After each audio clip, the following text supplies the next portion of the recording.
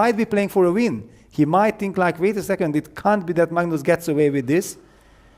And he also has the option of giving check on a1.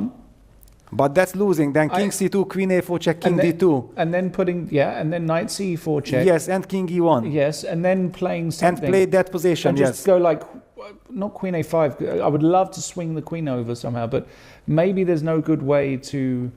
Yeah, if I could get my queen on g5 there, I'm just winning, basically, as black. And Parham looking at it, staring at it, calculating like a machine, like a crazy madman, because he knows it can't be that this is not okay for me. It should be okay, but how? And there are so many distractions, so many possibilities, so many tempting options. That's the trick. That's actually the problem. Poor Parham. He's in a very tricky spot. In a very tricky spot.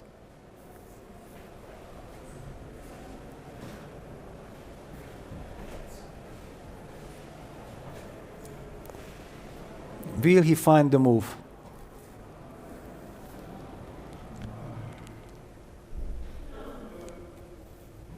It's on the board. Knight b3 check, king c2, so he's going along the correct lines. He also has a choice. There is queen a4 and knight a1. Actually, queen a4 is so much more human. Yeah, I would advocate for queen a4, but yes, on the board. Yeah, Parham is Parham, just brilliant. This is the human way. You don't want to get into this knight a1, rook a1 endgame against Magnus. No. You want to keep the initiative. You can throw in the check now on d5. I think that makes sense. Okay, but then the queen will be already more mobile from black's perspective, right? Yeah, but where do we hide the king? The problem is you don't have a safety square for the king. That's a very, very big question. Maybe king c5. I know it looks insane, but there are no checks. Well, can you get away with king c5? Because I can... okay, d5 check will be played. We will find out. I would put the king on c5 here. I don't like the idea of going back, allowing queen takes pawn with check. With check. Yeah, it's kind of very tough. I think he's going up. I mean, I think if you've got 1 minute on your clock here, you go up the board. And then pray. You've got a double discovered check. Knight d4 check is a winning thread, by the way, for black. Well, close to winning. Yes, winning. Yeah, Parham down to a minute. You just go king on the c5. clock. It's such a tough decision. You go king c5. But it's not, so it's probably losing, but I don't understand why it's losing. I don't understand why king c5 is losing.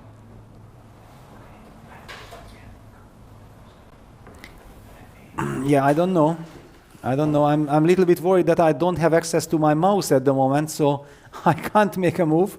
Okay. But anyway, we don't need to make a move. Parham is down to 30 seconds, and he needs to make a decision. He's going to step up to c5. A very difficult decision. Awful spot. This is the worst spot in chess right here. Yeah, 20 seconds, and you have 3 different options. And he goes king c5. Yeah. He's playing the most aggressive, the most human move, which is apparently, according to computer, the wrong move. But who would have ever played king d7, king c7, stepping into the check with queen h7?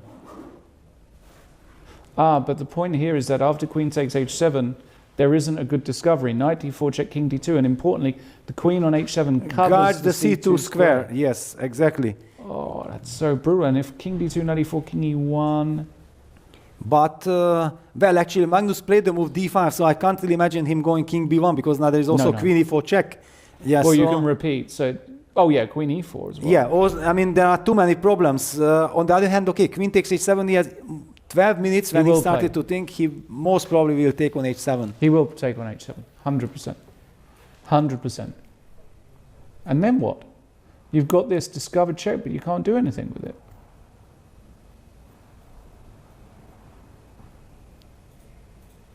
What is your move there? Well, and by the way, queen c7 is a winning threat. Yeah, queen c7. Well, that's why I was a little bit skeptical of this king c5. Yeah, that we are stepping into queen c7 checkmate. Well, it's not checkmate. We have king b5, but then the d6 knight is hanging, so it's basically. But by the way, ironically, it's if you play queen takes h7 and you go queen c7 check king d7 king b5, With that construction, it's probably still a draw after queen takes d6, knight d4. Well, but okay, I have queen c6 check, I can trade the queen. can do I'm already anything, completely winning. Yes, course, exactly. So the point is that, okay, maybe after queen h7 you should, and Magnus picks it up. Yeah. Magnus is Magnus, doesn't see ghosts. Yeah. Black will have to play king b6. Impossible move. Well, but queen c7 is a threat. If there is no discover check, then of course I want to keep the status quo because White's king is still in the danger zone. Impossible move. Brilliant move, but I find this move impossible that he's going to find it in 20 seconds. He needs to find.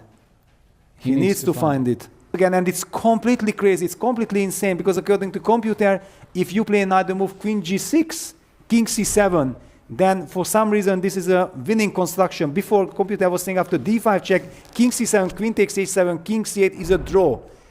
Because the queen is on h7 instead of g6 and white can push the pawn to h6. But okay, with ticking seconds, this is just impossible to understand. Intuitively, you don't want to place on your king on the back rank. Correct. That's, you feel like that's taboo. You just can't do that. What Maksudlu is doing is the human reaction.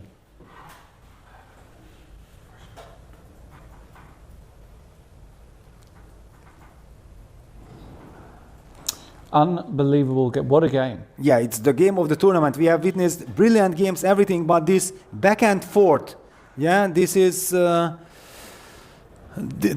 what makes it special. And that's why also the game between Magnus Carlsen and Hikaru Nakamura, the first game of the final in Paris, was such a fantastic game. Forget about the result, forget about the final mistake by Hikaru. Just the game, the intensity, that's what counts. And this is what we are seeing here. And the tension. Yeah, the tension is the tough part. And if you're Parham, the tension, I mean, the issue is really being able to calculate cleanly with 40 seconds. Yeah, it's completely crazy. But we are getting the message there done that David Anton Giharo is apparently winning against Niemann. And queen g6 played. Good move. Queen g6 is the good move, yes. Now, Maybe king c5 or king c7, he can put it back. On c5, yeah. Yes. It feels more natural than putting it on c7 because it feels like the king is more exposed on c7 to check. But then again, you know, it's so hard to know which of those moves is correct. And wait a second, that can white then after king c5 just play h6? Does he have the right to just push? Down to 10 seconds. Parham has to make a decision. 6, 5, 4, 3, 2. He's going to flag. He flagged. He flagged. Oh no. He flagged. Wow. He flagged. Magnus very relieved. He put it on b5 anyway, which loses, but oh, he's upset. Yeah, okay, you just can't play this position with so little time. And look at this. He enjoyed it. He knows he was so tense, but the joy that he has such a complicated position. Wow, what a disappointment. He's very upset. No, he's very upset. Very upset, yes. He's absolutely upset.